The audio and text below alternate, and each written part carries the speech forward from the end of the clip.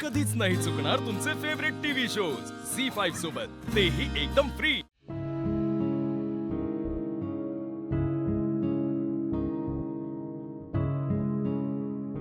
आशू थांब ना। काय? तो मी तुझ्या आवडीचा टी शर्ट काढून ठेवला होता। हा मी नाही घातला। पण तुझ्या आवडीचा कलर आहे ना। दरवेळेस आपण आपल्या आवडीच्या गोष्टी केल्या पाहिजेत असं नाही ना, कधी कधी बरोबर गोष्टी घालणं गरजेचं असतं। चल मी निघतो। आशू ऐक ना, थांब। हे बघ, मला सांग ना माझं काय चुकतंय आणि तुझा माझ्यावरचा विश्वास असा अचानक का गेलाय? हे बघ, मी बी तुझ्या काही पूर्वी केलेल्या चुका असतील ना, त्याच्यामुळे झाला असेल कमी। तू विचार करून बघ तुझा। ऐक ना आशू, तू मला स्पष्टपणे सगळं सांग ना। माझ्या डोक्याचा विचार करून गुगा झालाय। तू सांग ना मला काय झालंय। मला मी बी असं असेल की तुला कळावं अशी माझी इच्छा असू शकते ना। हा मग मी तेच म्हणते की मला नाही कळत आहे ना। हा मग तू सांगणं गरजेचं आहे ना। तू मित्र म्हणून सांग। मित्र म्हणून सांगू? तू मैत्रीण म्हणून चुका केल्या असत्यास ना तर मित्र म्हणून सांगितलं असतं, पण तू चुका तुझ्या प्रेमासाठी केल्या आहेत म्हणून नाही सांगणार। जा। आशू, अरे यार, हा असं का करतोय? स्पष्ट का नाही बोलत माझ्याशी? मीच माझ्या चुका शोधून काढल्या पाहिजेत म्हणजे काय? आणि आधी असं काय झालंय? आणि आधी म्हणजे कधी? लग्न आधी की लग्नानंतर? मग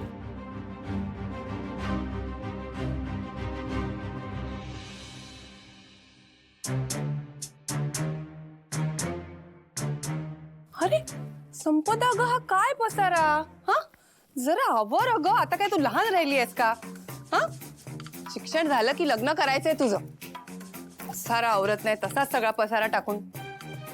संपदा, मी तुझ्याशी बोलतेय। काय हा पसारा आहे ग?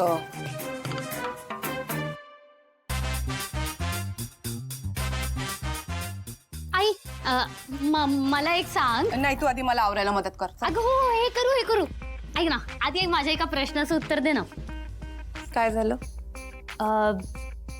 ते तू बाबांची निवड कशी केलीस? काय मध्येच तुझं? सांग ना आई।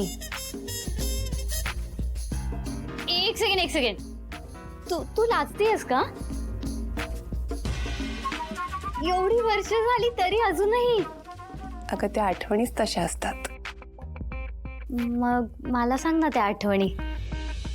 ताई आणि भाऊंचं लग्न झालं ना, तेव्हा देसाई इंडस्ट्रीज वगैरे असं काहीच नव्हतं। म्हणजे ह्यांची धडपड सुरूच होती आणि ही कंपनी उभी करायला हे भाऊंना खूप मदत करत होते। तुमची भेट? ताईचं लग्न झालं ना त्यानंतर 1-2 वेळा मी या घरी आले होते, तेव्हा मी यांना बघितलं होतं। मग माझ्या लग्नाची वेळ झाली, मला स्थळ यायला लागली। मग ताई म्हणाली की तिचा दीर आहे, खूप चांगला मुलगा आहे, कष्टाळू आहे। मग आम्हाला भेटवलं, पसंती झाली आणि झालं लग्न।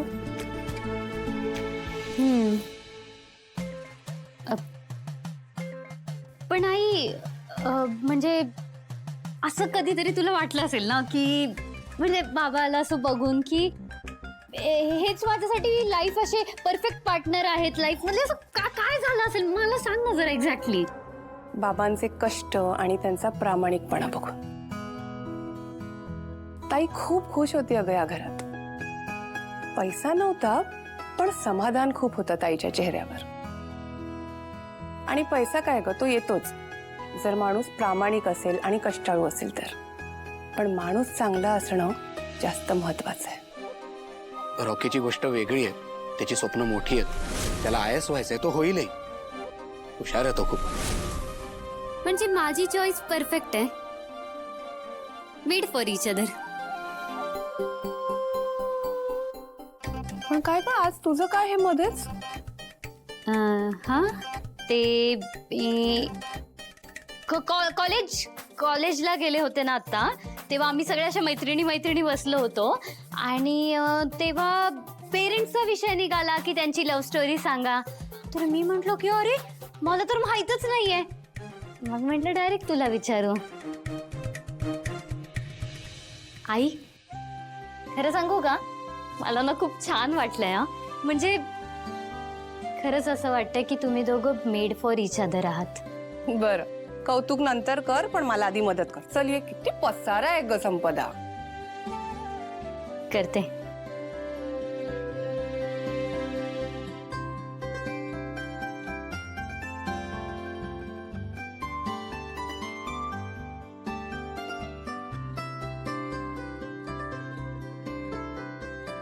कीर्तीला भेटायला जायचंय म्हणजे असं जाऊन नाही चालणार. तयारी करूनच जावं लागेल. दिव्या,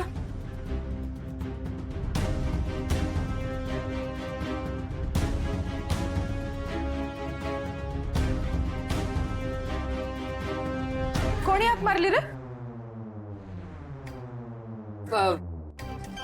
मी मारले. तुझ्यापेक्षा वयाने मोठी आहे मी आणि नावाने हाक मारतोयस. मग मी शिवाला पण शिवच म्हणतो, सचिन तेंडुलकरला सचिन म्हणतो आणि महेंद्र सिंग धोनीला तर डायरेक्ट माई म्हणतो. आणि आपल्याला आवडतो ना तो. फेवरेट आहे 07. बस बस, का पण हाक का मारली? कशाला म्हणजे हे जे गॅरेज आहे ना, प्रा शिवानी कैलास पाटीलचं गॅरेज, या गॅरेज कडे पाहून तुला असं वाटत नाही हे एकदम असं खतरनाक, स्वच्छ आणि सुंदर दिसतंय? हा, तुला माहितीये हे कोणी केलं? सांग ना, सांग. हे कोणी केलं मला काय माहिती? अगं तुझ्या चंदननी केलं हे, चंदननी. दिव्या, अगं त्याला फक्त आम्ही सांगितलं गॅरेज थोडं खराब झालंय. भाई एकदम मनापासून साफ करत होता ना. अरे मग भाई, एक नंबर हा, एक नंबर. मग मग म्हणजे काय? मग अगं तू त्याचं कौतुक केलं पाहिजे. हा, हे कसलं कौतुक रे? मला ना उलट लाज वाटते ह्याची. नाही, खरं तर मी ह्याला नवरा मानतच नाही, पण लोकांसाठी हा माझा नवराच आहे ना. दिव्याचा नवरा काय करतो? तर दिव्याचा नवरा गॅरेज मध्ये साफसफाईचं काम करतो. वा, अरे काय काय स्वप्न दाखवली होती आणि मला, आणि हा काय करतोय तर फडकं मारतोय. आणि तुम्ही म्हणताय ह्याचं कौतुक करा. तुम्हीच करत बसा. दिव्या, अगं ताई,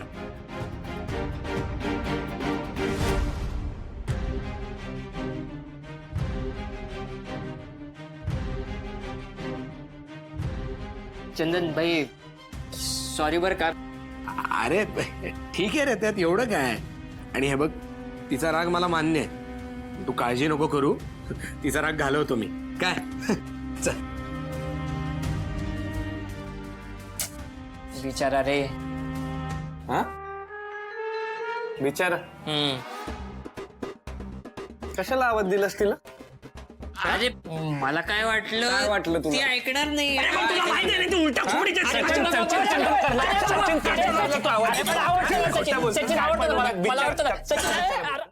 झी5 ॲप डाउनलोड करा आणि पहा सर्व एपिसोड्स एकदम फ्री.